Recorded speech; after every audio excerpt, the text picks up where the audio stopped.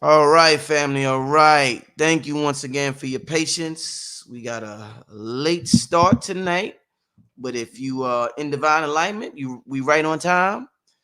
Uh got a great guest tonight. I want to before I get started, I want y'all to get comfortable. We're going to have a great show tonight. We're going to discuss a topic that is very important. So let me get to a commercial real quick. Let everybody get settled in. Hit that like button, tell your friends and family. Black Magic 363 is now live. Let's get to a quick commercial from King Salmon. Then I'm going to bring on my guest. All right, family? Be right back in about 30 seconds. All right. And without any further ado, want to welcome back to the channel none other than Chief Pontiac Rod Hayes. What it do, brother Rich? What it do? Yo, welcome back to the show, brother. Yo, wait, hold up. Welcome back, man. How's everything been, my brother? Everything been going good, man. We looking for something. I don't know what's about to happen, but they're giving all of the signs that something about to take place. So Ooh. it's gonna be some kind of disclosure uh, Yeah. that's coming in soon. Wow. Wow. That's It's gonna that's be big. whatever it is. Donald J gonna announce it. It's gonna be big. As he say, he don't say it's gonna be big. He said, could be huge. Gonna be huge. You know how he talk. You know how he talk. Yo, you know what I want to show you too, Rod? A brother gave me this at the gathering, man. He gave me an eagle feather, man. This brother, what's the brother name? I got it. Windwalker. I didn't remember his name last time. I'm gonna have a brother on the show. The brother name is Windwalker, and he gifted me a eagle feather. So I want to give a shout out to Windwalker. I thought about Rod because you know what Rod is chief. So I was like, oh, I was very thankful, man. But thank you to the brother Windwalker. He's one of the groups that represented at the Million Man March in '95, I think, when Farrakhan had it in D.C. So shout out to that brother, man, and shout out to everybody out there representing the land. You know, Rod, man, we got an important show tonight. Um, our people know a lot about the Bible. The Bible is a book that any hotel you go to see a Bible. You go to anywhere you go, pretty much a Bible's everywhere. Wherever you go, there's a Bible somewhere. So everybody's familiar with the spiritual text that we know of as the Bible. People are familiar with the Quran. People are familiar with some other books like the Book of Enoch, things like that. One spiritual text that I would say the black community isn't very familiar with, that other communities are familiar with, Indian communities, the Bhagavad Gita.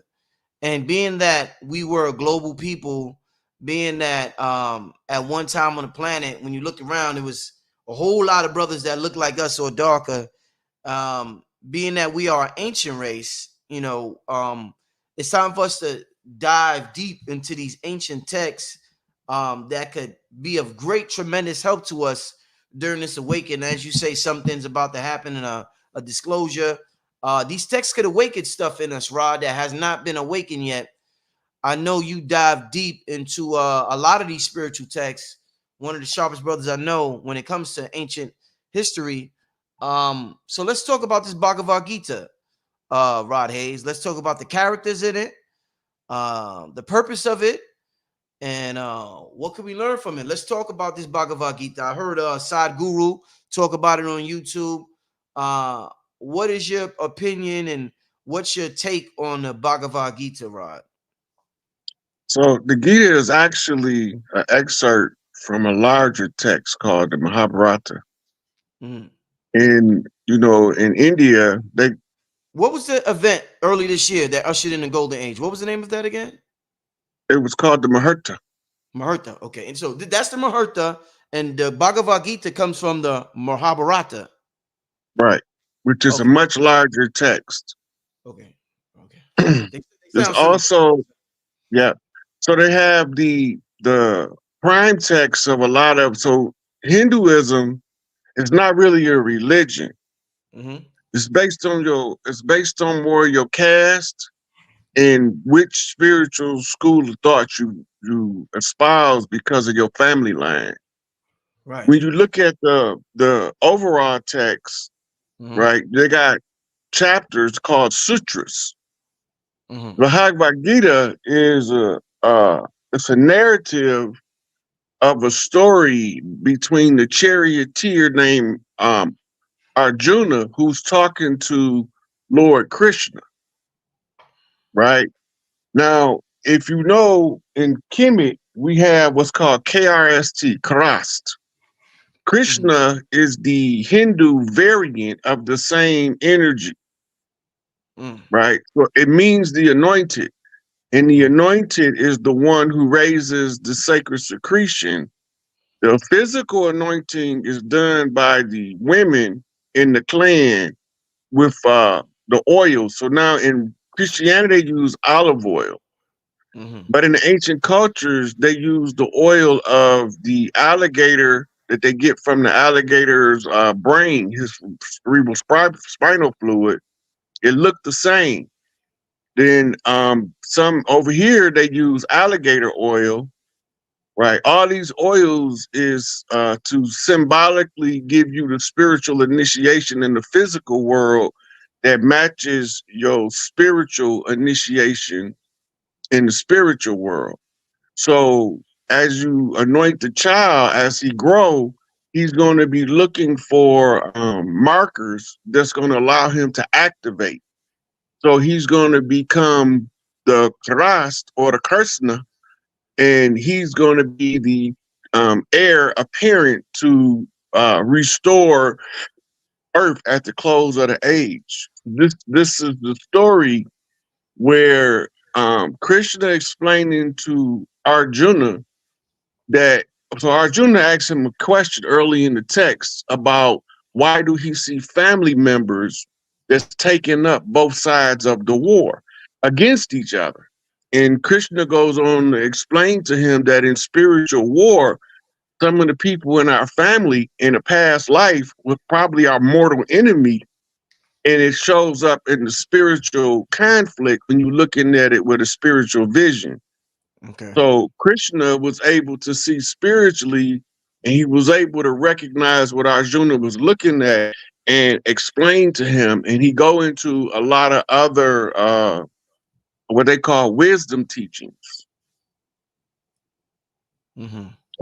The basic premise of the book is to explain the spiritual warfare and the battle on earth between what we say men and angels, or angels and men, gods and men, mortals Mhm. and immortals, right? So all of that is those ancient war scrolls. There's a lot of them in India, but they're not even all written as if it's a war dynamic taking place. Some of them are written as spiritual teachings, but it's still part of spiritual warfare. Right. Right. Now, who else? Who are some of the in the Bible? You got the characters in the Bible. You got Abraham, Moses, Jesus, Mary. Who are some of the characters in the Bhagavad Gita? It's the two main characters. The two main characters is having a discussion, Mm-hmm. right? So it'll put you in the mind of the Machiavelli Art of War, where you have a military philosopher that's having a conversation with a battle tested military general. The Mm, philosopher gained his rank in general by going through military training in military school, where the general came up in the ranks from a soldier on the battlefield to rise through the ranks as a general. And the art of war, Machiavelli, is this dialogue between the two to understand how the one that was on the battlefield see the battlefield different than the one that was trained in the boardroom or in the battle room, the war room. and who's So the two the having the dialogue? so in the Bhagavad Gita is Lord Krishna is having this conversation with Arjuna about the spiritual warfare, Mm-hmm. right? Mm-hmm. And the comparative analysis was Prince Niccolo Machiavelli's Art of War, where he wrote it for Leonardo Piero Medici when Mm-hmm. he was rising to power in I think it was Italy. Mm-hmm.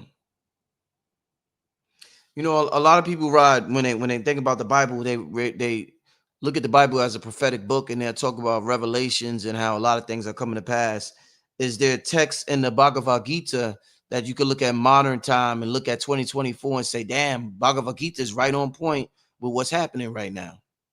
The spiritual warfare aspect, because even now, when the ones that's the chosen ones begin to speak out and tell what they know, you have family members that want to silence them, right? Uh-huh. We call them matrix agents, right? Right. But really what it is they programmed by the world, and the ones that's the chosen ones is programmed to do a job for the world when they get in the world, Mm-hmm. right? So the it's a lot of different wisdom teachings in there. Arjuna and Krishna being the main characters, but they do talk about, they call other names of the people they looking at while they're giving the discussion, but the main characters are still Arjuna and Krishna. Mm-hmm. When we talk about the spiritual war, just to use a modern example, I forgot who I was interviewing the other day, and we might have been talking about, what's the young brother name, y'all? We was talking about the archons. What's the young brother name? Oh, RFG, the chosen one. And I was talking Hmm. about, if if this is let's say this is a game, a holographic projection, a game that's being played, and we're talking about entities like the archons or whatever. What When I asked him about your children, I want to ask you about your parents, Rod. What if your parents, as much as we respect Big Mama and our mother, a lot of people have horrible relationships with their mother. What advice would you give to them if there's spiritual warfare going on between them and their mother? Their mother may be programmed by the Matrix, and they may have come down here to reprogram the Matrix. What advice would you give them, Rod? I would tell them, don't try to fight with your parents. You got to lead by example. You, because your parents, like I said this, so this is funny you would bring up a recent interview. And the recent one of my lives, I was like, we have to learn to respect our elders, even though some of them batshit crazy, Mm, mm-hmm, right? mm-hmm, They've mm-hmm, been, they, a lot of them have been indoctrinated so well by the enemy that they mm-hmm, can't tell who they are versus who their ancestors were. Who they believe they a whole different set of people than the people they was before 1492. mm, This is why we are dressed up like everybody but the organic originals from the land. right. Indeed. Somebody in the chat, and this was actually one of the things I want you to touch on. Where's it at? Where's it at? I want to bring this up right away, right now, since you brought it up. Can you talk about the three modes? Since we're talking about the Bhagavad Gita, the three modes of material nature. Yeah, so that's the same material is the same as the states of matter, solid, Uh, liquid, and gas. uh, We look at those as the solid being earth, the liquid being water, which is the symbol for spirit, the steam being the emanating source of all. So as we go through the three folds of the material world, we become in tune with our a higher consciousness that would be in this third state of matter, which would be a gaseous state, what we call the nine ether. mm-hmm, Right. So the nine ether is the oversoul, overspirit, the collective unconscious. Then you have the water, which is the symbol for spirit in the physical world. And then you have the earth, which is solid matter, which the human body has all three components, plus the fourth element of fire, the fifth element being the ether. mm-hmm, mm-hmm, Right. So those three states of matter are also states of consciousness mm-hmm, according to your spiritual development. mm-hmm, mm-hmm. A quick question. It's a little off topic from the Bhagavad Gita, but it came to my mind, so I guess it's meant for me to ask you. Um, a lot of people call us non-ether beings. I've heard a lot of people refer to us through the years of me being in this study as non-ether beings, and they refer to our hair as non-ether hair. They refer to it as antennas. I always wondered, Rod, our hair spirals. We learning more and more about the importance of the spiral and the coil and things of that nature.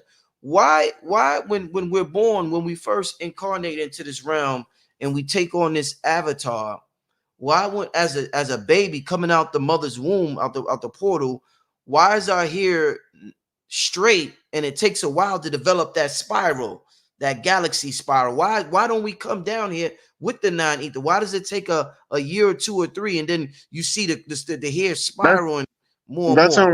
only certain ones. I was born nappy hair. Okay. I was born with nappy hair. My mom used to call me a little raisin head boy, talking about nappy hair. Yeah. Right.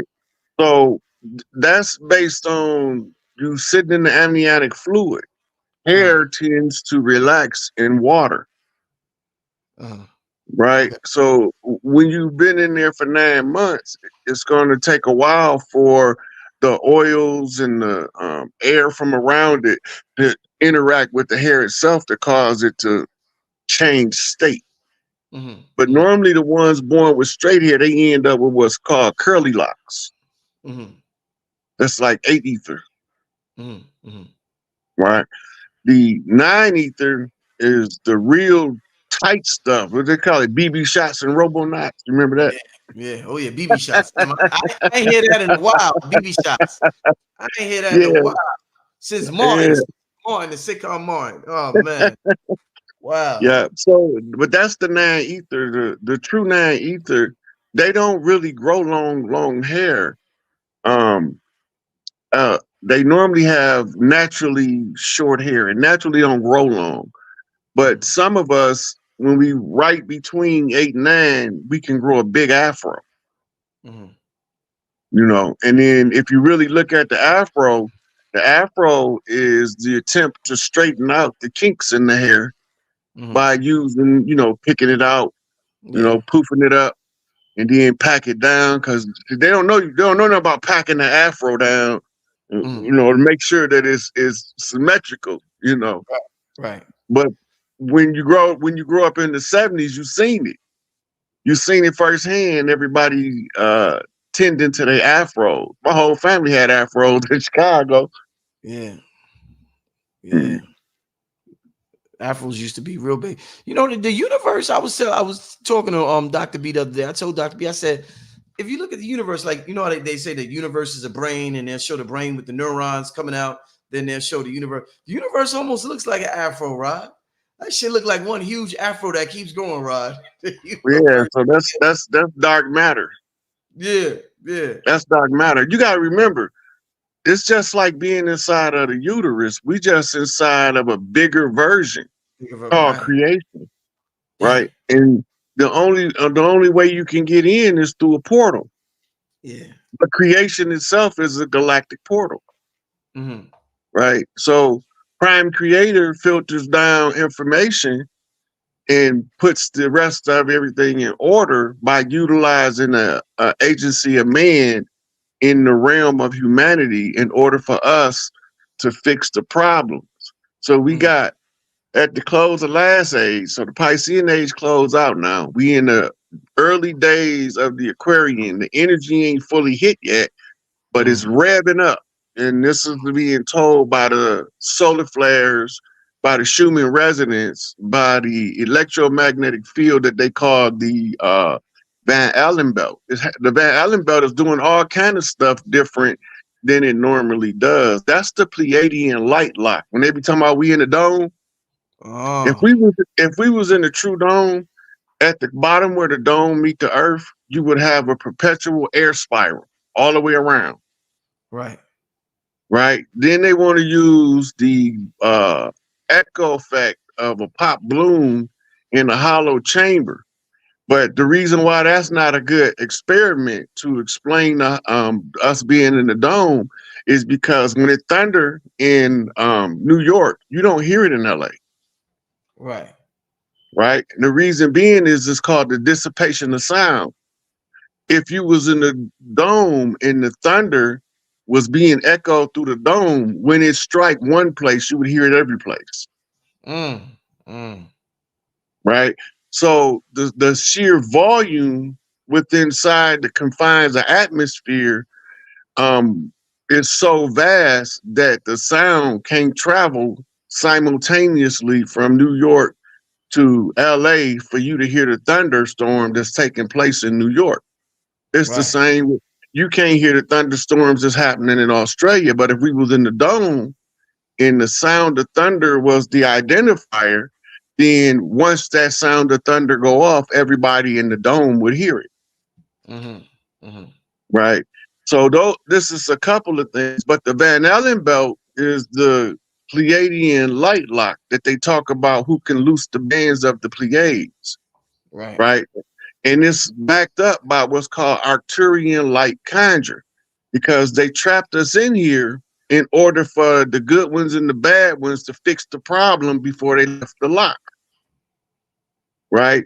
So this is the war in the spirit realm being confined to a specific geography or galactic location, right, Mm-hmm. which is on the earth. So I tell people that the war in heaven on Nibiru landed on earth as a sibling rivalry up there came to us as the war between the forces of dark and the forces of light. In other words, the light skinned niggas versus the dark skinned niggas, Mm-hmm. Mm-hmm. right? So, but we ain't looking at it like that.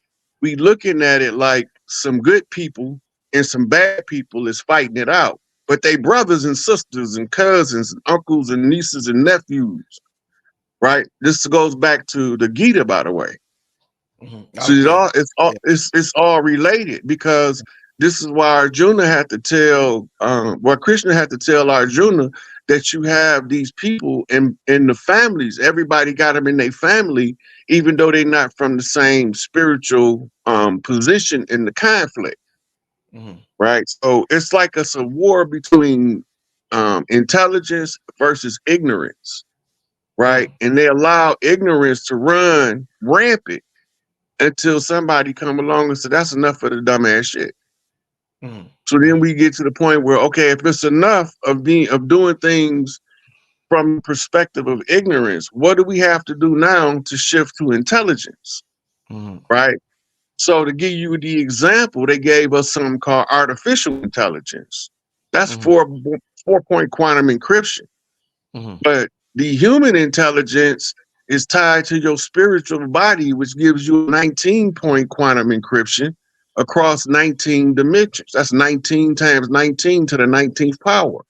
Mm-hmm. And that's why 19 is the sacred seal. Alpha meets omega. Mm-hmm. Beginning meets the end. So Mm-hmm. when we being trapped by accepting the structure of the religious dogmas that they gave us without questioning it. But soon as you start questioning it, more questions is going to arise till you get to the point where it's going to be so easy to see through it. But other people that didn't go through the process, they can't see it.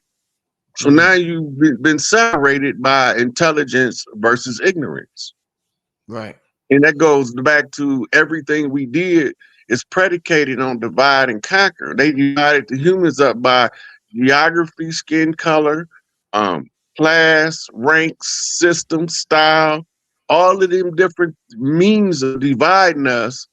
And we still have the ability, after all the divisive tactics used to make us the worst, we still have the capacity to love each other and not care that other people don't want you to love somebody, right? Mm-hmm. So you might have a friend, and everybody be like, man, why you hanging with dude, man? Dude, a piece of shit. No, that's my man's. Mm-hmm. He a piece of shit to you. He probably supposed to be a piece of shit to you, but he supposed to be a rose to me. He's supposed Mm-hmm. to be a diamond in the rough to me.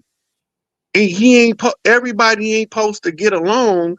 And this is one of the problems where people can't take criticism. They think everybody's supposed to kiss everybody else's ass. Mm-hmm. I Mm-hmm. have not read in my book of life, nobody else's where it say we obligated to kiss any ass. And then my mama also told me, you don't got to kiss nobody ass, but don't nobody got to kiss yours either. And I felt that. Mm-hmm. That sounded legit. But when you go to church, they want you to kiss Jesus ass, Mary ass, God ass. But God don't want you to kiss his ass, because Mm-hmm. he wouldn't have gave you those qualities of divinity that make you be able to stand on your own 2 feet. This also part of the discussion that Arjuna is having with Krishna, Mm-hmm. right? Embracing your spiritual path going to put you at conflict with people you love. It Woo. don't mean that you don't love them any less. It just means that your spiritual development, it's like outgrowing your favorite genes because you've been eating too much. You can either lose weight or you can give up the gene. Mm. Most people gonna give up the genes because trying to lose weight is difficult and don't nobody want no hard stuff. We Mm. all want to go through life and bypass the hard part. Not knowing that embracing the hard part sets you up for the rest of it to be a path of ease. But the Mm. hard part got to be addressed. Right. Everybody's ducking the pain in pursuit of the pleasure, right? Mm. Them people, they stuck to the right. Mm. And the other people, they so busy inflicting the pain that they don't care about the pleasure of others because they getting their pleasure from inflicting the pain. They stuck to the left, Mm. right? So the goal is to bump straight. That's all. You might have did some dirt back in your younger days before you knew better, but when you know better, you obligated to do better. You can't do better than what you know. This is Mm. why it's a world of knowledge versus ignorance, intelligence versus ignorance, Mm. right? The wise versus the unwise, you know, the educated versus the uneducated. But then you got to look at education because you got what's called compartmentalized education.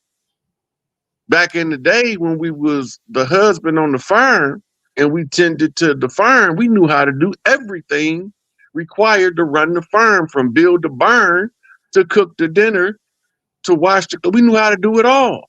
But now we have to specialize in something. That's Mm. to limit the capacity of your mind to connect two fields of knowledge together in the unified field concept in order for you to use your automotive skills, your cooking skills, your fishing skills, your hunting skills in order to navigate life. The more skills you have, the more you are adaptable and prepared for the more varying circumstances of life. They teaching us that all you need to do is go to school to be a doctor or a lawyer and you good after that. No, you not. There's doctors out here losing everything they got trying to keep up and they just can't pay their bills. It's the same with lawyers, right? But they get extra breaks that the regular people don't get. Because when the doctor get in distress, he can call the American Medical Association and they can tell him what programs that they giving free money to doctors that's in a certain circumstance in order to bring their practice back to a profit bearing practice. We Mm. don't have that in the regular day to day life. Like that's who the chief for. When you in your local area and you stuck in your life and you don't know what to do, you supposed to ask for counsel with the chief. The Mm. chief gonna ask you a whole bunch of questions about you when he understand what you can do, and he gonna say, "Well, have you ever tried doing yada yada yada?" And Mm. you're like, "No, I'd love to do that." But that's what the problem is you never tried to do the thing that you love. So instead of chasing stuff to make money, chase what you love. Money gonna be there as a side effect of doing the right thing repeatedly. And if you're following your heart's desire, it's gonna keep you doing the right thing over and over to the point where you can no longer fail. It's Mm. just gonna be natural. That's why you could raise a child in a wealthy family and they can go broke. But after a while, they can't stay broke. They can't function. They have to get that bread.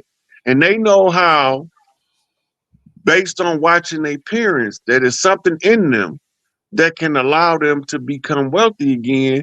And this is why most people lose the generational wealth and then another person later on in the family pick it back up, right? Because uh this is a saying, good men create good times. Good times create bad men.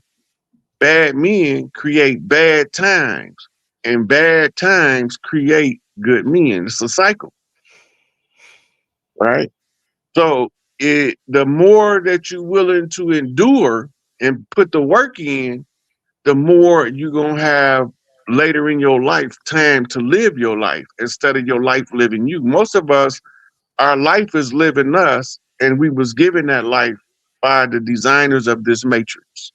It's not the life we chose. It's not our best life scenario.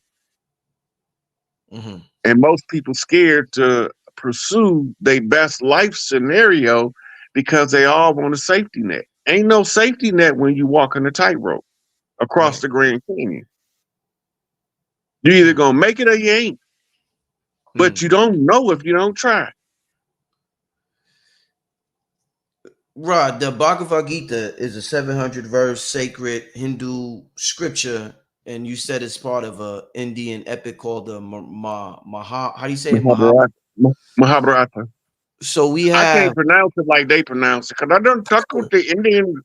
indeed. But So yeah, so so Rod. So we have in 2024. We're talking about the Bhagavad Gita. We also have to keep in mind we have uh Indian woman by the name a black. They say she's a black Indian woman by the name of Kamala Harris running for president. Is there any connection? Is there any prophecy being fulfilled with Kamala being in position to being the first woman Indian president with the name like we think about Kali Yuga? Her name is Kamala Harris. Is there any prophecy being fulfilled if she becomes president, or just the fact that she's running? it's in India. It's the story of Kamala Devi, Mm-hmm. which was a goddess. But in the Christian Western tradition, it's the whore of Babylon. Mm. Right. Okay. Right. So when you look in Revelations, you want to know where you at. Go to the chapter that talk about the whore of Babylon and the fall of the whore of Babylon. That's where we at. So Kamala represents the whole of Babylon. Yeah. Whew. That's why Joe Brown had to tell you that she sucked Yeah. her way to the top. She's a Hawk Tuah chief. She's she a Hawk Tuah chief. Oh man. But Oh look, man. we be at her head. But first of all, there's more than one Kamala Harris, and one of them is a man. And this is the secret of the Rod, whore of Babylon. don't start that, Rod. Please don't start that. Oh man, don't say that, Rod. Don't It's say more than one Kamala Harris, and one of them is a man.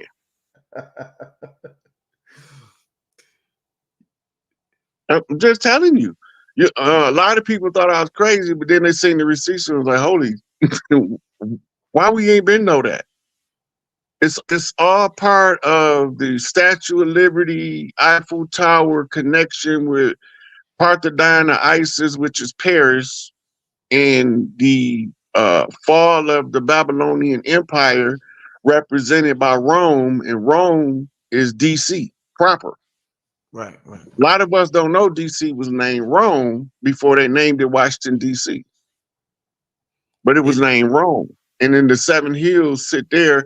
So they telling us the narrative using the program of the Christian dogma. These stories was taken from ancient texts and they was reworked so that you can't get the true meaning of them unless you figure out the location in which they from, mm, right?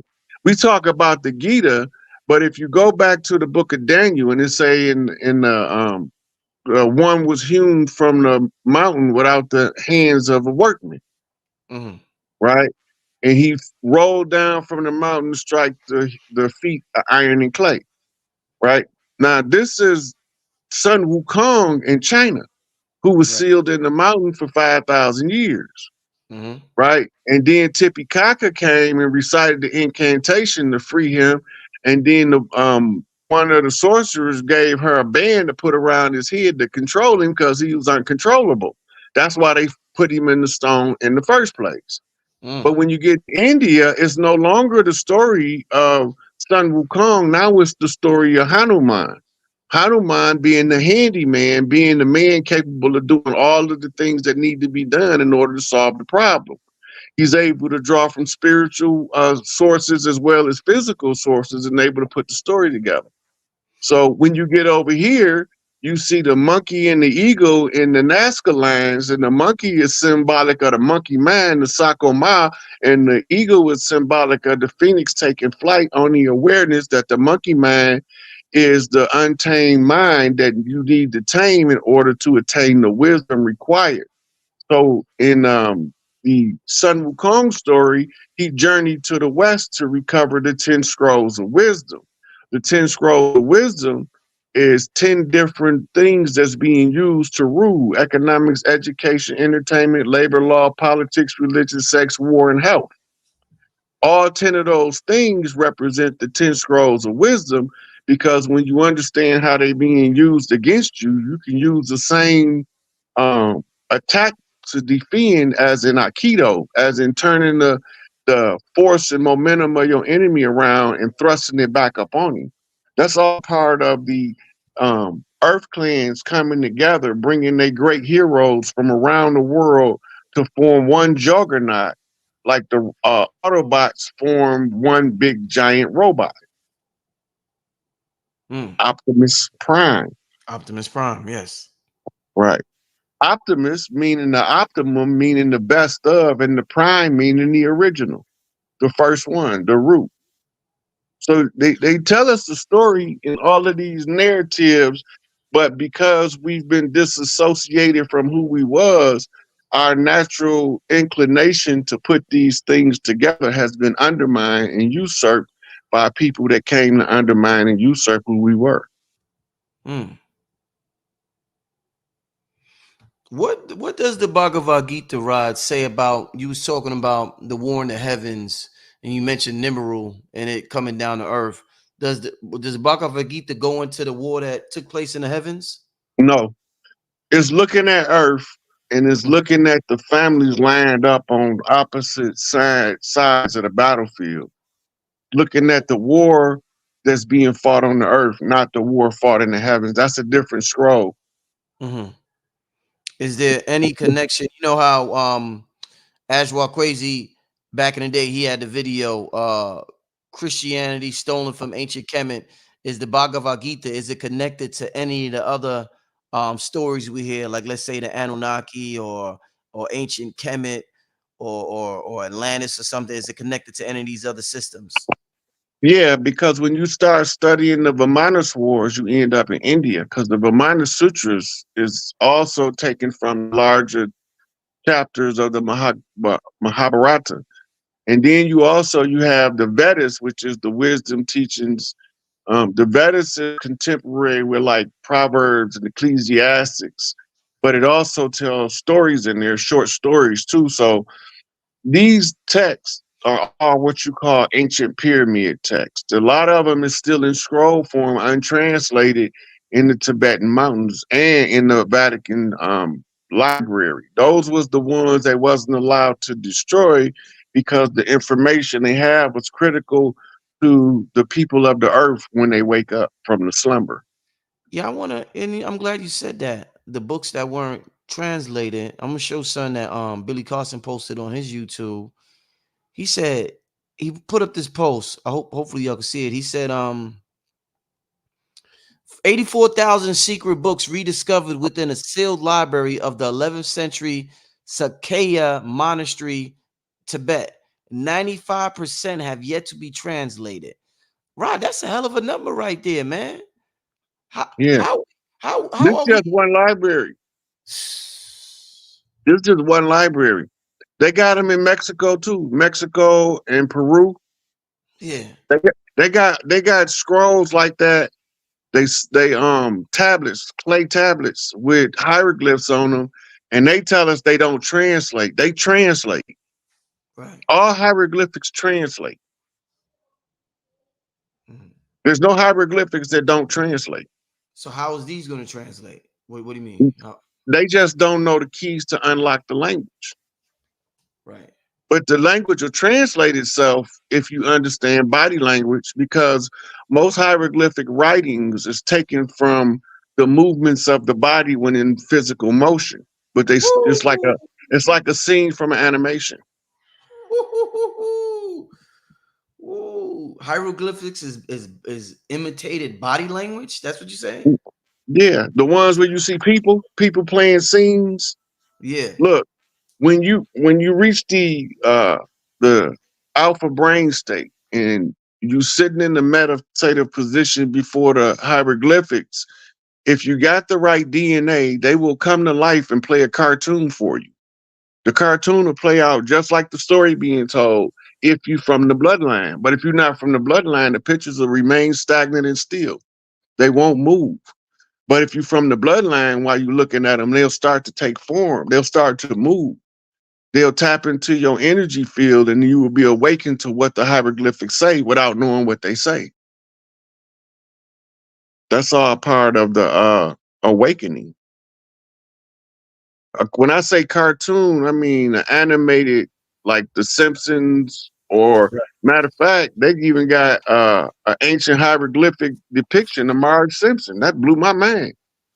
Wow.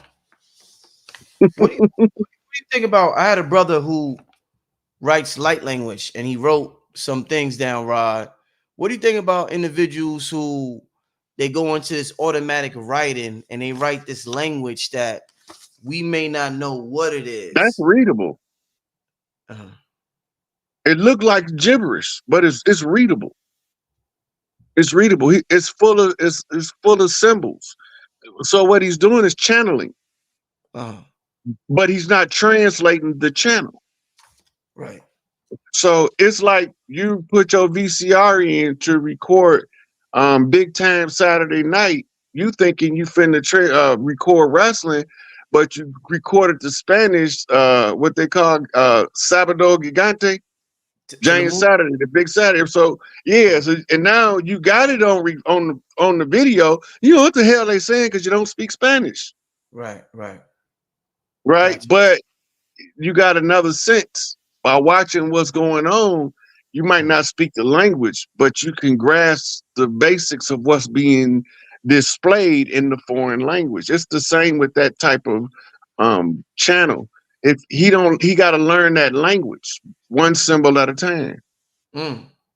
And Y- then it won't be all over the page like that. It's going to either be from top to bottom, from bottom to top, from right to left, or left to right. It won't be all over the page. That's because he haven't tuned in to what the channel is telling him. He's just, being going into what they call an autotonic state where he Yeah. just automatically put it on there. He has Right. to learn that language. That's his higher consciousness talking to him in an ancient tongue that we haven't used in thousands of years, Mm. Mm. Mm.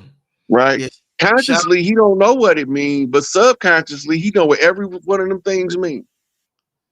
Shout out to the brother Dave. This is brother. He brought this to the gathering of the masters. You know what's funny? I said this on one of my previous shows. Rod. He gave this to me, and I folded it, and it got wet. I had it in my bag, and it got wet, and it was like a snowflake formed in the middle of it. Like this is for water right here. It formed right perfectly in the middle. You know what I'm saying? So Mhm. yeah, there's definitely some power in this writing and what the brother's doing. And I'm gonna tell the brother, like you said, to really tap in one symbol at a time to figure out exactly what's going on here, man. It's a book called Encyclopedias of Occult Symbols. That's Mhm. what he needs because he'll see all of those symbols in there. And then Mm. where you got variations, that's from the twist of the handwriting, Right, right. right? So I might write cursive, and my slant in my cursive might be to the right, but you might write cursive, yours might be slanted to the left, Mhm. right? Mm. So Mhm. you got to understand the variations like that. And once you understand those variations, when you see the symbol, now you can use what's called the mirror principle, same but different, Mhm. right? That's what calligraphy is. Right, right, right. What man, wow, this is a good. Let me get to I had a few super chat questions. Uh let me see. Somebody said the volcano erupted in Russia signals the awakening of the bear, his cosmic roar. Aquarius, the water bearer, has tsunami warnings in specific Pacific Ring of Fire. What's your thoughts on this, Rod? I don't know what's going on with this. The Great Bear is Ursa Minor and Ursa Major. This is the what we call it the Big Dipper, Little Dipper. Mm-hmm. And the galactic timing in the age of Aquarius is normally signaled by a lot of water phenomena, floods, rainstorms, atmospheric river overrunning the atmospheric banks, it's pouring out Mm, on the earth, where it looked like water just pouring out the sky from nowhere, but it's not just pouring out from nowhere. That's the atmospheric river reaching its channel. It's becoming too full. That's the symbol for the spirit of the people of the earth becoming full, um, and overrunning and waking the people up. It's all symbolism until you know what it means, then it's telling you a story. And the story gonna always trace back to the holy drama. mm.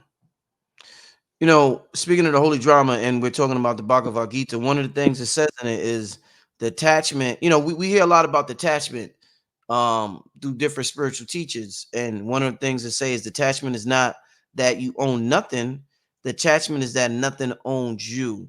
I want you to elaborate on that a little bit because when people talk about detachment, sometimes they could confuse it with, you know, with something else, or think it means something that it doesn't mean. So what's your thoughts on this right here and what detachment is as far as the ancient meaning of detachment, Rod? So when you look at ownership of material things, right? Yeah. Can't take none of that stuff with you. Attachment is holding on to material things as if you can take them into the spiritual world with you. You already got all that stuff in the spiritual world. You just got to remember how to get it in the physical, because as above, so below. If you can activate it spiritually, you can activate it physically. The Mm, detachment is not to become obsessed with anything of the physical world because it's passe. It's mm, all coming and going, and it's going mm, to come and go and come and go and come and go. It's elusive. Once you try to trap it, that's when it break free. But soon as you let it be free, that's when it condensate on your presence, mm, right? So people chasing the bag can't never get rich, but the people that don't give a damn, they care, but not too much. They filthy. mm, mm. That's the difference. Yeah, yeah. You know, I seen when we was talking about the writings. You know, a lot of people in the chat started talking about, you know, them writing and them being left-handed or right-handed. One thing I noticed, Rock, because I play the piano, and even when not just I play the piano, when let's say I have ideas that I write with my left or right hand, I notice my right hand has a different personality than my left hand, Rod. So my left hand, if I play a melody with my left hand, it'll be different. It'll be some shit that my right hand don't think of.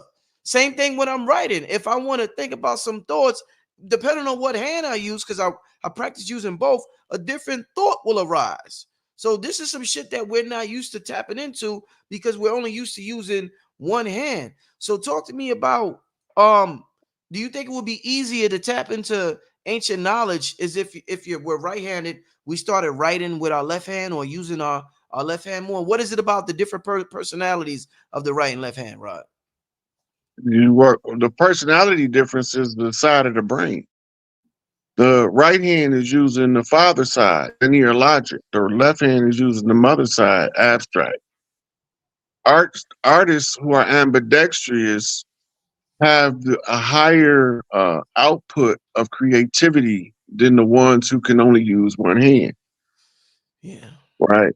You ever seen a child start school in the kindergarten and he left handed and they keep everything, keep focus, put it in his right hand, put it in, they shifting that child. They don't want him in his right brain. So if you ain't right, what are you? Mm, You wrong as hell. mm, that's a good one. So they do that on purpose. But some of the children is defiant to them, forcing them to write with the right hand. Why? Because the influence of the mother line is so strong it overtakes the child left brain with the right brain. So now they right brain dominant. They more abstract. They more apt to be proficient in the arts and entertainment field than they are in science and technology. Right. Yeah. Wow. So you look at your left hand, that's your feminine expression of your higher self. When you look at your right hand, that's your masculine expression of your physical self. Hmm. So it's the spiritual you and the physical you. We used to be ambidextrous, Yeah. but that was systematically attacked by the patriarchs to try to keep us from ever accepting matriarchal influence by turning off the right brain of as many masculine entities as possible, then rape them to ruin them, physically rape them to ruin them. Yeah. Now they not fit to rule no more. They did that on purpose. They know what they doing. Slimy ass. They did it on purpose. Yeah. That's You why said you always hear me call out them rogue pedophile cross dressing drag queen priests, right. Right. pedophile priest cults, Mm. right? Because they know what they doing. If I didn't think they knew what they was doing, I wouldn't be hard on them. But because I know that they know what they doing, because they wrote about it. They Mm. wrote about the dirt they did, and they celebrated it in secret, and then they condemned it in the public. Hmm. Right. That's why they got to have all that secret squirrel shit going on. While they doing a secret squirrel, they can celebrate all of the wickedness that they do um, among their peers. But they come out and tell us, we not doing no dirt. That's Mm. y'all out there. Y'all the criminals. Lock them up. We need a crime bill. Mm. We need a war on drugs. They bringing the dope over here, and the same people declaring the war on drugs. Creating circumstances and situations. That way you don't have to micromanage anybody. Yeah. Mm. You could create the condition and the people will respond to the condition by nature. Mm-hmm. We've been in a perpetual state of war, but we didn't know who the enemy was, so we just fought anybody close. Yeah. So we fighting him because I wear blue, he wear red.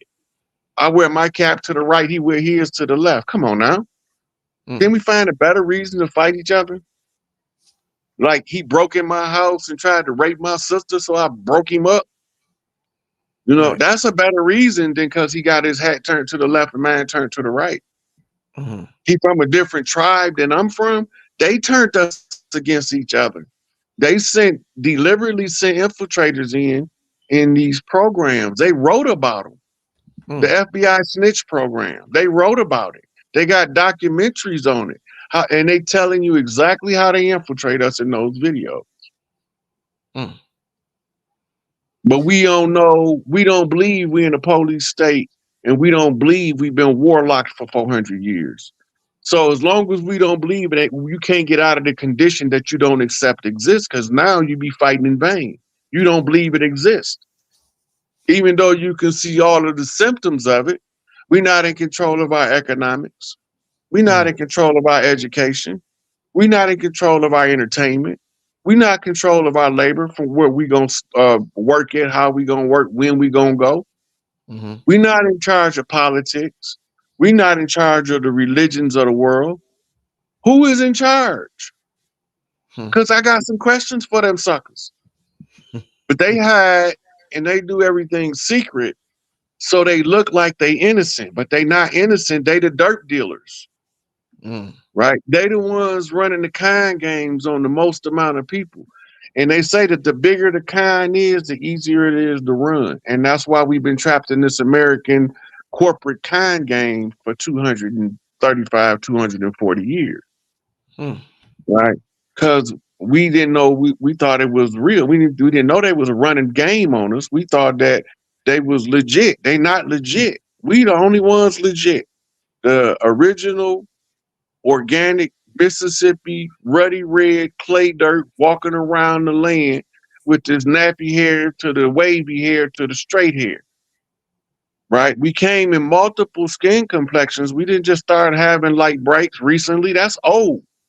We used to call them the children of the moon when they was lighter than like these Europeans like. But we had them. They was called the children of the moon. You can read about them in Isis Unveiled by Madame Blavatsky. She talk about the root races, then she talk about the moon race. And the moon race was the ones who was the light brights before Caucasians came along. What happened Today to that? we would call Ashurics and Syriacs, right? But most of them just, you know, amalgamate back into the main line. And then Let you me, end up with these $7.50 Indians. They $5 Indians mixed with real organics. So damn. they $7.50 Indians. They ain't $5 Indians. Wow. So that's a new one. That's a new one. $7.50 in there. Wow. Let me this brother here had a question in terms of the Bhagavad Gita. He wants to know about the 6 types of aggressors. Right. That goes to the art of war. That's where the art of war is referenced in the Gita. Mm, And it's talking about the character types in the war. It's the same. They teach about it in any psychology class. They call personality types. mm, Right. And the 6 types of aggressor is the 6 agitators. The character types that's most likely to be an agitator in the circumstance that's conducive to him being a aggressor in his personality type based on his surroundings. mm. Let's get to some questions before we get out here from the people in the chat. Let me put my brother Rod Hayes Cash App up here. For those who inquire about donating. Let me see, sick. Hey. All right, so we gonna get to some Q&A. I'm interested in knowing what's on your minds. Powerful topic, the Bhagavad Gita. We're dealing with ancient text for today's awakening. The brother Rod Hayes, if you would like to show the brother uh, financial support. Somebody asked about Cash App. It's up on the screen. Rod Hayes Cash App $ SIG Ape SIKAPE. All right, y'all. Make sure you show the brother Rod Hayes some love, the Cash App love, and we're gonna get to some Q&A before we get out of here. All right. We're gonna start with this first one. What do you feel is the message of the Bhagavad Gita? I guess you kind of already touched on this, but what do you feel the message is of the Bhagavad Gita? I guess the overall message. The overall message is in this spiritual war, don't be surprised who your adversary turn out to be. Woo! Shit. Don't be surprised. What Biggie said in that song? He said, "Your mama have that ass line." What he said? Damn. In with 10 crack commandments, I think it was. Yeah, Your he mama said, you properly I gas. can't remember. Yeah, If y'all remember Biggie's line, he said something about his mom's in 10 Crack Commandments about how your own mother will set you up. If y'all remember, put it up, put it in the chat. Anybody who remembers that. But yeah, that's powerful, Rod. That is powerful.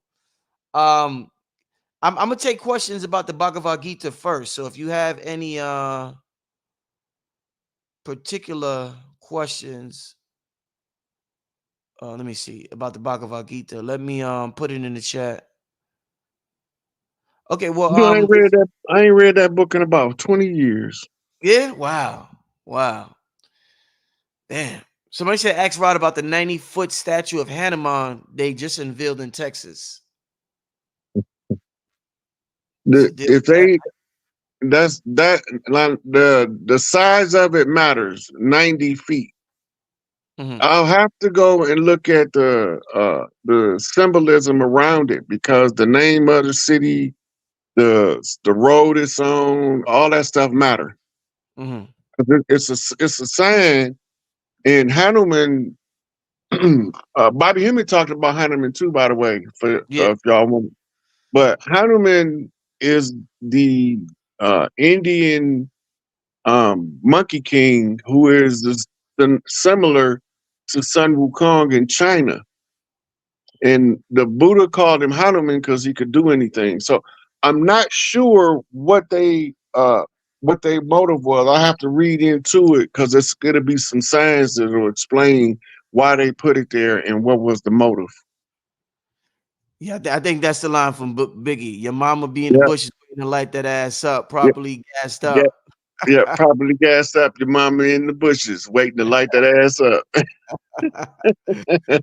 Shout out to Notorious B.I.G. Great lyricist. Great lyricist. Somebody says, what does it mean when you return with a sacred symbol imprinted on your skin? You had a spiritual initiation. If you're talking about when you wake up out of your sleep, you went through a spiritual initiation on either the fourth or fifth dimension, and you had to bring a physical reminder in order to jar your senses so that you can activate that energy in the 3D. Same Mm, with birthmarks. mhm. You got a birthmark, right? I don't, but a lot of people that got birthmarks is telling us, like for instance, in some cultures, they look for an heir that have a familial birthmark that only the heir has. Mhm. In the islands, Tonga, Samoa, they really big on it, but they keep it concealed so that the settlers wouldn't exploit them with it. Mhm.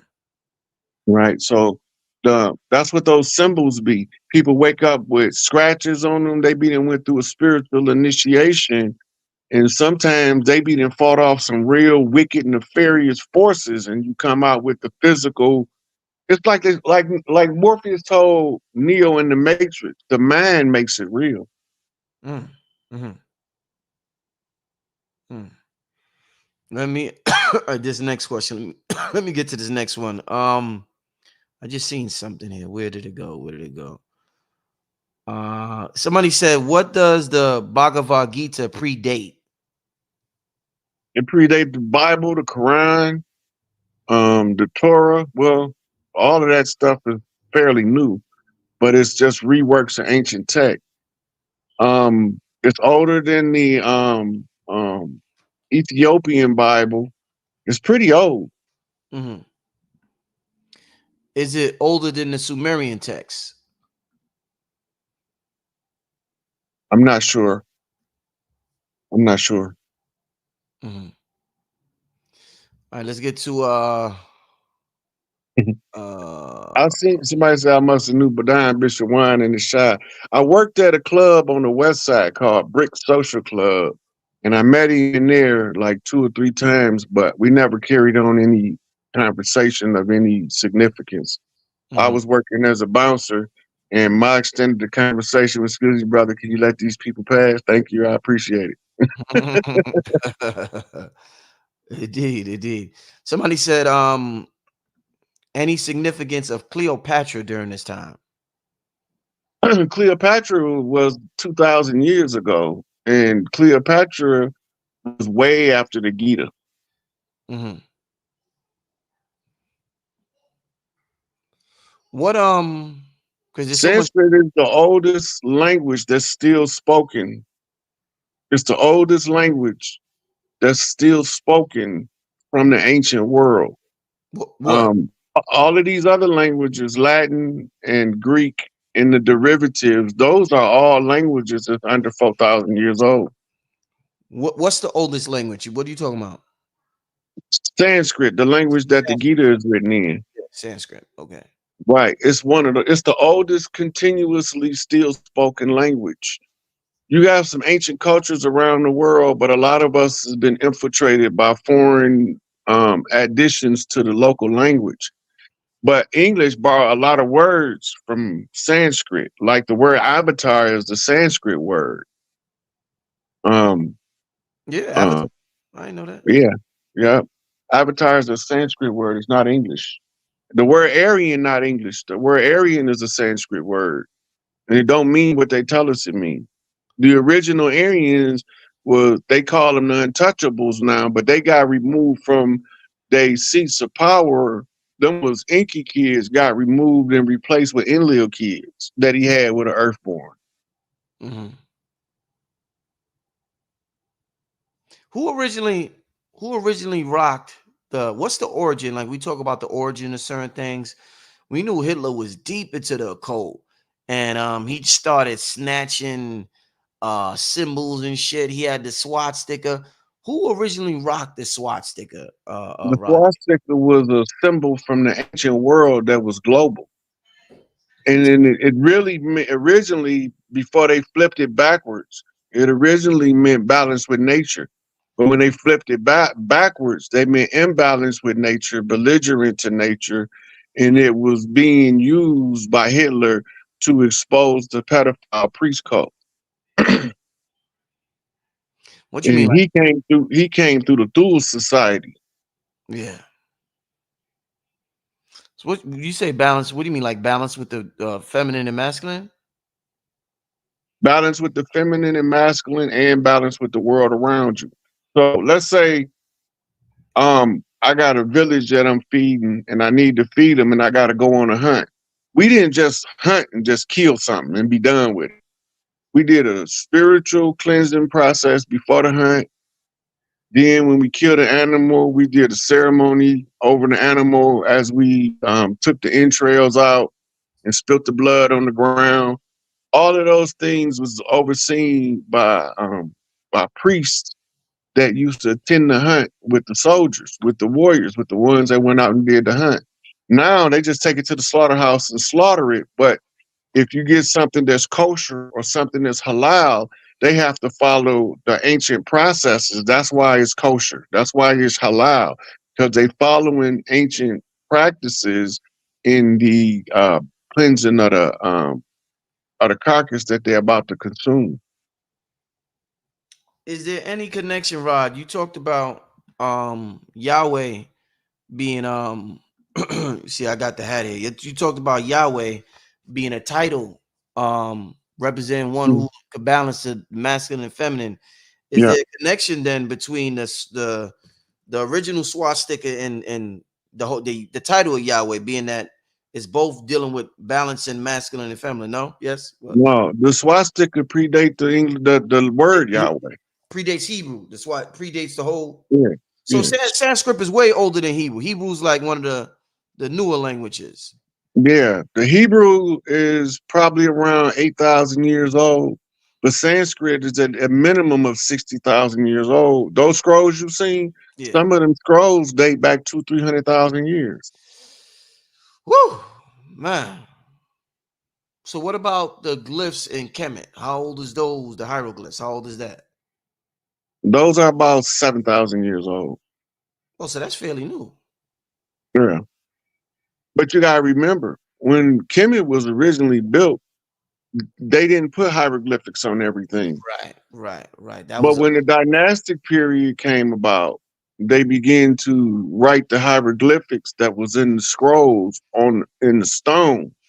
And uh, this was because they had a prophecy that the human was going to go into a Kali Yuga and mm-hmm, he was going to be ignorant to who he is. So they had to put stuff in writing so we can discover it while we got amnesia and use it as a map to break the amnesia on the first one that can break it on themselves and tell everybody else how to break it. But once you understand the mechanics of the conjure, it don't work on you no more because your spiritual defenses are beginning to put protection in those areas by nature. mm-hmm, This is why they had to do everything secret squirrel, and we do everything blatant in their face, out in the open. No retreat, no surrender.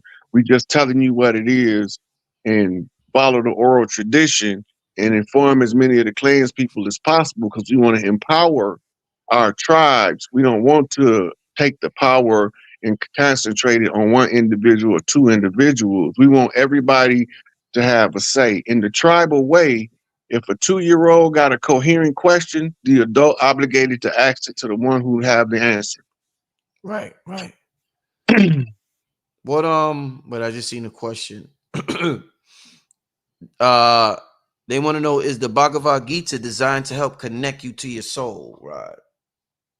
It's wisdom teachings in there. Anything that you learn on earth, you gotta remember. It's unified field theory. All things are interconnected. Being exposed to ancient information is telling you something you knew before you was indoctrinated. There's something that you instinctively knew. Anything that you instinctively knew before you was indoctrinated into ignorance, it is an attempt to wake you up from the slumber. All Right. of those ancient scrolls can facilitate your awakening. Mm-hmm, mm-hmm. They got another one called the Zendavesta. That's from the Middle East. You have the Vedas, which is also a Hindu scroll, The Bob, right? Bob Bob used to talk about the Rig Vedas. The Rig Vedas. That's also Hindu scroll, Yeah. right? And all of these different text, they're gonna do something different in the neurology. They're gonna affect the brain different, the information and how you perceive it. If you go in there with your Christian dogma mindset of everything evil but the church, Uh, you're gonna just be confuse yourself worse than you was before you went in there. uh, But if you go in with an open mind and a clear conscience, and you just a truth seeker, you're gonna open up something in yourself that's gonna allow you to go further. right. Rod, they want to know, are any cities in North America corresponding to cities in India that may affect us on the land? We got twin cities all over. Not sure that it's one city in America that's a corresponding city to India. I think the only similarities I can immediately identify is New Orleans is equivalent to Bengali, Mm, the ancient city of India, because it's the oldest city that's still inhabited in India. And New Orleans is the oldest capital still inhabited in America. mm, indeed. Somebody keeps asking this in the chat. I'm gonna let Rod answer your question because you done posted this question 7 times. They want to know, can you speak on on the alignment, the Earth between four gas giant? The gas giants is speaking of certain types of planets. And I think we only got two in our solar system is Jupiter and Saturn, if I'm not mistaken. Mm, But the other ones are in the planetary trail behind Nibiru, mm, right? And the alignment that he's talking about is a planetary alignment when Nibiru comes by, and they are juxtaposed. The four of them are juxtaposed at only for a short period of time, and it activate higher energies. But the specifically that's happens every probably 36,000 years or so. mm, Whenever Nibiru makes its orbit. right. Uh Somebody said, can you speak on taste mentioned in the Gita? Bittersweet, sour, etc. Well, you can study the science of taste and get that explained for yourself. That's Mm, an easy topic to research. It's talking about the um it's just giving him all of these little tidbits of understanding to look at things with the spiritual lens in the physical world. All mm, these little tidbits that Lord Krishna is giving Arjuna is like keys to waking up. You looking at taste, you look at sound, smell, sight. We're talking five senses, and this is just a breakdown of the sense of taste. mhm. Indeed. This is a question for me. Somebody said, Brother Rich, have you sent out the replay of the gathering? But I haven't received the replay. I started sending them out. You'll get the files are actually they're like 50 gigabytes. So I'm sending out a download, so it's taking a little longer. But half of y'all probably got it. That's in the chat. But you will get it soon, Nelly Barker. You will get it soon. But and I am in the process of sending it out. So you will get it soon, Nelly Barker. Somebody says, what did they call the land of India in Bhagavad Gita? I don't remember. They got a name for it in there, but I don't remember. Okay. Let's see what else. Uh, about this. Does Rod know anything about some called mitochondrial Eve? Hmm. That's just the oldest continuous line from women that's been tested from around the world. The common mitochondrial ancestor is known as mitochondrial Eve. Mm, They got a National Geographic edition and a documentary on mitochondrial Eve, and they got one on what they call primordial Adam. mm. Indeed, indeed, indeed. All right, we're gonna do two more questions, then we're gonna get out of here. Um, Somebody said, "Can Rod touch? Where's it at? On geomancy? Can Rod touch on geomancy?" That's the magical science, earth magic science, using the earth element as the primary instrument of your magical practice is called geomancy or charming of the earth. Is what it translates as, earth charming. Indeed, indeed. All right, all right. Hmm. All right. Last question for the night. Are there what y'all be saying? Are there two space and outer space above us and inner space in the ocean? Do you understand this? I don't, I have no fucking clue what that's saying. brother. Y'all gotta. I told y'all this before. The grammar, y'all gotta. I know y'all gotta get the so we could understand. What y'all saying. You gotta get your grammar together. Uh, Let me see. Yeah. Okay. Where's this? Maya Mystic wants to know, how do Rod feel about chaos magic and sigils? Can it save the children? Chaos magic is the ability to use every form of magic that you encounter. That's the true what true chaos magic is.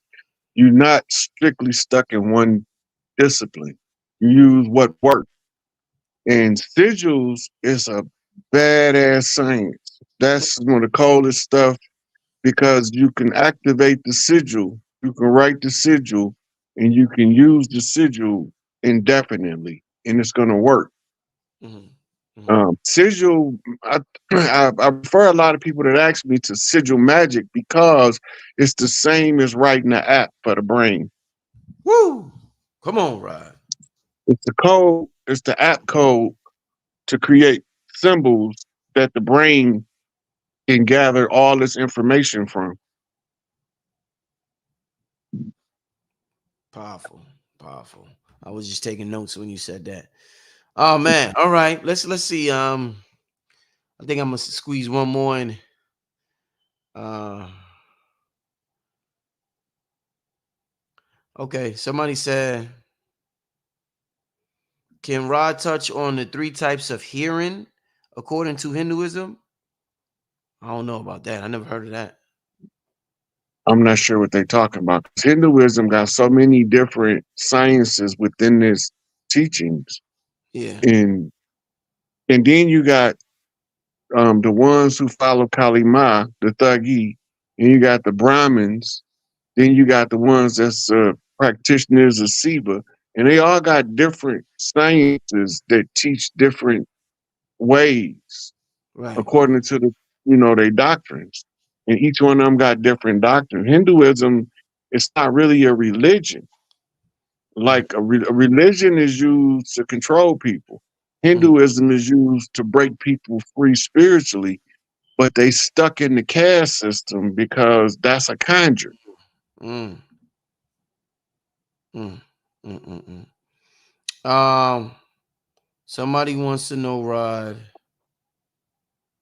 can he elaborate on how to tap into your eighth chakra? First, you got to worry about the seven chakras before you start dealing with uh, 8, 9, 10, 11, Right. right? Which is actually the chakras in your palms and your feet. The other four it would Mm, take you to 11, right? But some people believe the eighth chakra is about a foot above your head at the exit of the auric field. mhm, But that's not the case. It's so many more chakras in the physical body before you start counting the chakras that are in your etheric body. mm, Right. So that's like subjective to school of thought. mhm, mhm. Any chakras in your hand, Rod? You talk about the palm, your feet. Any chakras in your hand? You right in the center of your palm. Right in the center of Right your there. palm. Yeah. If you face your palms together and Mhm. you focus, You feel you could feel it. You it. Yeah. that's that's your chi. The stronger you can make that power between the palms, the stronger your auric field is, your spirit body. Uh-huh. And that exercise of pushing the palms until you feel that energy field, that's an activation. Once you get it activated, you keep doing it, the stronger you can get it. I mean, people can break the field. It'll literally raise the hair up on their arms in the early stages. But when you get good, you can turn it hot, you can turn it cold, you can make it produce scents, or Mm-hmm. you can make it produce moisture. Mm-hmm. All kind of stuff you could do just with the two chakras of the hand. Mm-hmm. Your feet chakra is designed to communicate with Earth, Mm-hmm. specifically to communicate with Earth. Mm-hmm. That's why everybody will tell you the ground, tell you to take your shoes off, Mm-hmm. because the chakras on the bottom of your feet. It's like every time you standing on the Earth, you plugged in to the Earth field. Mm-hmm. But when you put the rubber barrier of the soles of the shoes between it, you break the current. Mm-hmm. Mm-hmm. It's one of the tools that they use to accelerate our process of aging Mm-hmm. by You know, cutting us off from the earth. right. So, all right. So we all know about healers. We hear the story about Jesus. Last question is coming from me. We hear the stories about Jesus laying hands on people. You know, hands. You just talked about the chi coming out of our hands. You lay hands on people. Sometime if you give a person a massage, you know they feel 1,000 times better after you touch them. You rub them or whatever. Um. So if we're known for thousands of years of healing people with our hands, something else that needs healing is and that's depleted is our soil. Can we heal the soil with our hands? Can we lay our hands? Because we hear about the feet, but can we lay hands on our soil and heal the soil the same way we do healing people with our hands, Rod, in order to get better It's food? it's a different mind frame and it's a different energy projection. The easiest way to heal barren soil is get you some moringa leaves. Right, right. Moringa is like a miracle fertilizer for barren soil, Mm-hmm, right? And you could take powdered moringa, mix it with water, saturate some dead soil that won't grow nothing, and all kind of greenery will start popping up. Yo, I already made up my mind, Rod. I don't care what nobody say. This is what I'm gonna do when I start growing food. Check this out. I'm gonna, and I'll be, I think like a musician, and me and Dr. B be kicking in about, I even asked Dr. B about instead of saying affirmations, singing affirmations to your DNA and to your genes and shit. The same way you get the girls' panty wet and you make the girls go crazy, you might be able to make yourselves go crazy by singing in them or whatever in a good way. I'm gonna have this. Is what I'm gonna have when I have my farm, Rod. I'm gonna hire some singers and I'm gonna have them sing out in the fields over the place. They say during so-called slavery, we used to sing in the fields. I'm gonna hire people to sing, just sing in the fields where the food is at, Rod. They gonna be They keep singing. blaming everything we do on slavery. Mm, We were singing to the earth long before slavery was a concept. there you go. There you go. Right. We've been using the agency of sound Mm, at least 100,000 years to affect change in the physical reality. mm-hmm, That's when they say speak a thing into existence. When you go to Kemet, they talk about the Husi, authoritative utterance with the exceptional insight. mm-hmm. And all around the world, Kali Ma with her tongue hanging out, the mother's rage, where she calling you everything but a child of God. Whew. All of it is based on sound. It's based on the sound and the vibration of the singing. Mm-hmm. It affects the animals. Music soothes the savage beast. That's real. Yo, that's true. Rod, so check it out. So you all right? So you was on the show. I know I said I was gonna end that. When Mhm. shit get good, Go ahead, go ahead, go ahead, brother Rich. I ain't got nowhere to go. it was a show where it was you, Billy, Sharif, and B-Dell. And I think that was the show. Remember, I was playing the recorder. Hmm. So I was outside late at night, and I was playing the recorder with the what do you call them? The that chirping that be at night. What's that called? The crickets. The crickets. Yeah, I was recording the crickets at night. Just experimenting and shit like that. Now, when you play the crickets in reverse, it's the exact same. There's no reverse. There's no reverse, bro. You know, if like if I say something and I play reverse, you hear them. There's no reverse with the crickets. You got explain that to me, Rod. There's no reverse. It's because it's only one pitch, one frequency. Uh-huh. Okay. There's no other side to it. Okay. In order for you to have a reverse, you have a two-sided frequency, Mm. or else it's gonna sound the same frontwards or backwards, Mm-hmm. Mm-hmm. Mm-hmm. right?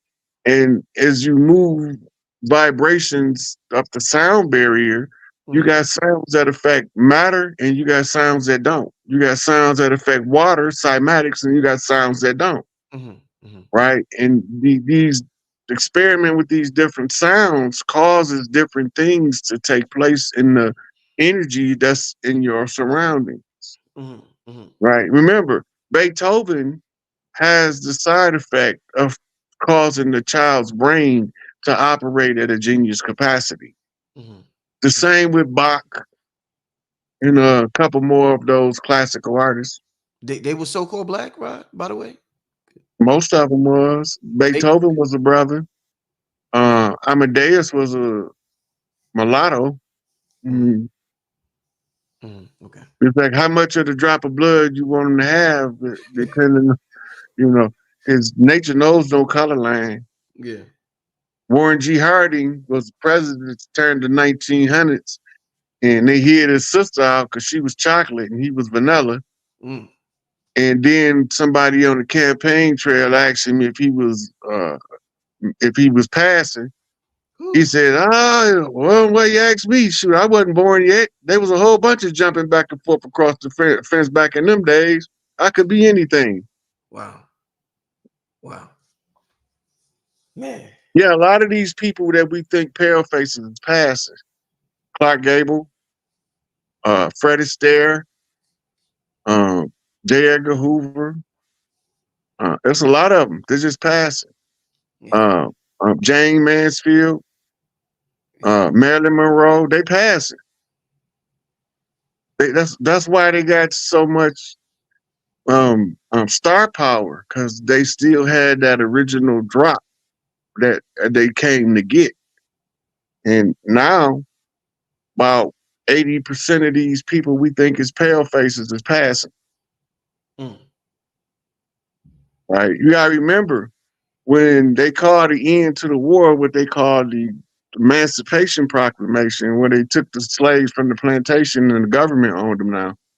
All of them people that they so-called set free that was mulattoes, where they go? Mm. We don't pay attention to the Point. imitation of life. Yeah. Good point. Good point. Good point. Yeah. They all moved into the mainstream pale face communities and married into them, and we think that they a whole different people. They just got lightened up through amalgamation. Right. They pass it. Right. Mm. And if you want to know if they pass, and all I could tell you is the booty don't lie.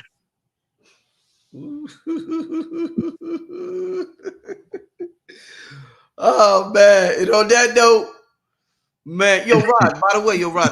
I need to. I gotta call you tomorrow. I want to get you back on Patreon to do a follow up to the what's the what we did the telepathy joint we did. I Mm. want to do a follow up on extrasensory perception. So I'm definitely gonna call you on that, and we'll try to set that up probably sometime next week or something like that. But man, what a show, y'all! What a show! I know y'all, and you know what be mad fun when we be doing these big panels. When we doing these panels, man, I gotta get you on one of those again, Rod. Gotta get you. I only like being on the panel with certain people, but you got a pretty good feel of my energy, so you've been Yeah, putting me on with everybody that I like to talk to. you and Billy, y'all always y'all be killing it on the panel together, man. So Hey, look, yeah, when me and Billy get to really spend some time together, man, y'all gonna be mind blown, because he always do something to trigger me to go to another level of knowledge. indeed, indeed, And by me being able to chop it up with him, just feel his energy in person, yeah. that's gonna be powerful for me. Oh yeah. We gotta connect y'all in person, man. We gotta do something, man. Man, listen, Rod, man, it was a pleasure having you on here, man. Any information you want to leave the people with to contact you before you get out of here, leave it for the family. We still got about 3,000 people in the room. Shout out to everybody who's in the chat. Let the people know how they could get in touch with you, Rod. Before I do that, Rich, I want to expound on something I seen in the comments. Yes. America is not ancient Egypt. I'm gonna say that again. America is not ancient Egypt. America is not Northwest Africa. Mhm. Egypt ain't even ancient Egypt. Ancient Egypt wasn't called Egypt by the people that lived there. Mhm. America can't be ancient Egypt when the term Egypt is a modern Greek term, Mhm. right? What it is the appropriation of global culture that took place into antediluvian world, covered the whole of the planet. The knowledge of the pyramid priests is the knowledge that built the earth. And that knowledge still exists in all continents.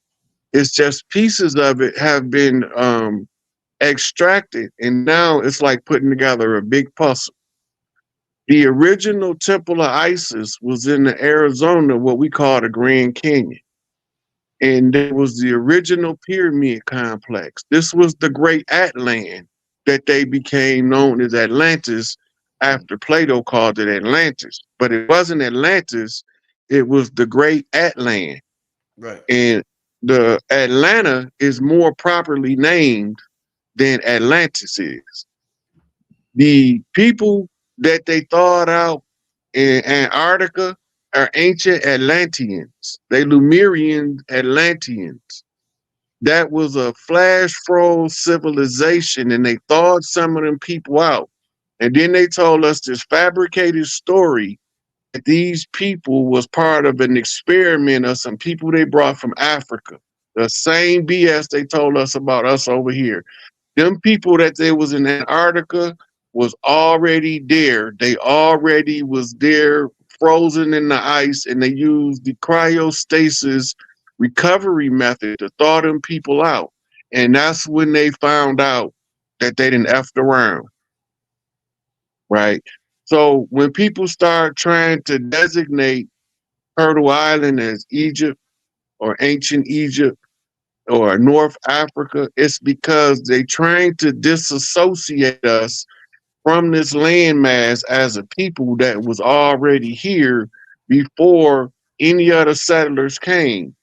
We were amalgamating and mixing with both Asians and Africans long before Columbus was even born. Mm.